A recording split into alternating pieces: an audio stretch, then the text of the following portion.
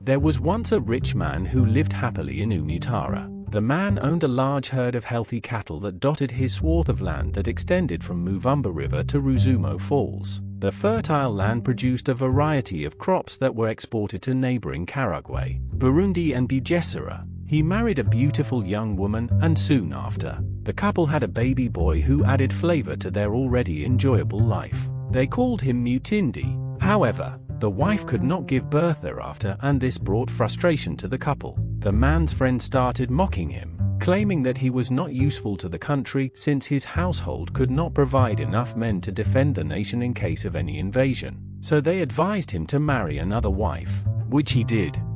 The man's second wife gave birth to many boys, and soon, all his attention turned towards her.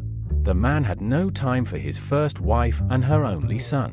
One day, his first wife told him, "I know that our nation needs many young men to protect it. This is as true as I am your wife while Mutindi remains your son. Listen, woman, you have failed me. A real wife must be a mother of many boys," replied her husband. From that time onwards, she accepted her situation as a rejected wife but decided to stay. For the sake of her son, her husband never paid her any visit. Meanwhile, the mother of many boys was given anything she wanted while her sons underwent intensive military training at the king's palace in which they excelled. The man started enjoying a remarkable recognition from his colleagues for being an exemplary citizen while his first wife lived in total neglect. When Mutindi grew up, he went to work for his stepbrothers who always mistreated him. They had accepted to employ him on condition that he would never tell anybody that he was their brother.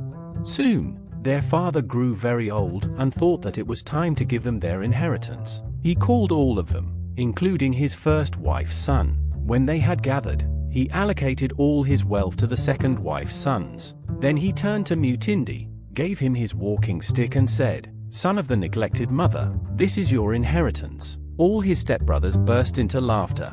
This hurt Mutindi so much that he broke down and started crying. His father pulled him aside, held him gently and told him, "My son, your inheritance is in this stick and Bugendwa, the secret well. Before you get married, go with this stick to that secret well and claim your share."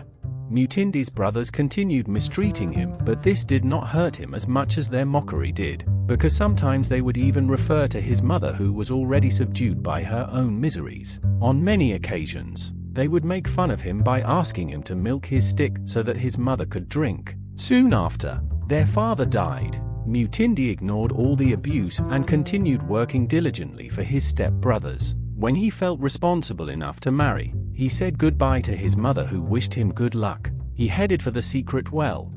His journey started at the first cockcrow. By noon, he could see the imposing Nyarupfubaya hill far behind him. By evening, the same hill looked like an ant hill. He felt very tired. Where is the secret well? How far is it from here? How long will it take me to get there? These questions preoccupied his mind throughout the journey. Sometimes, he was surprised by the distance he had covered. Whenever he looked back, he thought that it was enough for that day.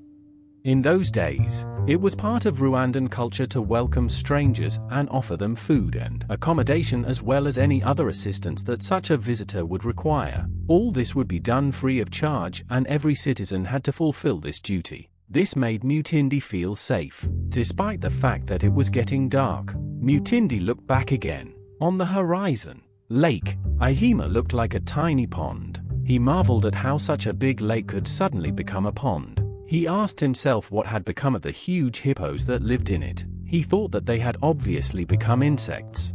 "Phew," he exclaimed, "they will no longer be able to damage my beans. Whenever the harvest time approaches, they come to feast on my crops, as if I work for hippos," recalled Mutindi in disgust. The nearest homestead belonged to an old woman who had no children. He went in and was welcomed. The old woman asked him the purpose of his journey, of which Mutindi explained to her satisfaction. She offered him some food and showed him where to sleep. In the morning, she gave him some packed food to eat on the way and wished him good luck. During the journey, his brother's cattle keepers teased him. Others offered him milk and asked where he was going. He could hear some of them saying that he was going to commit suicide at Rusumo Falls. Mutindi heard everything but ignored all of them and simply went on. The evening found him at the chief's homestead, where he was warmly welcomed and offered accommodation in accordance to Rwanda's customs. The following morning, Mutindi started off early enough and passed through maize, bean and millet fields. It was harvest time.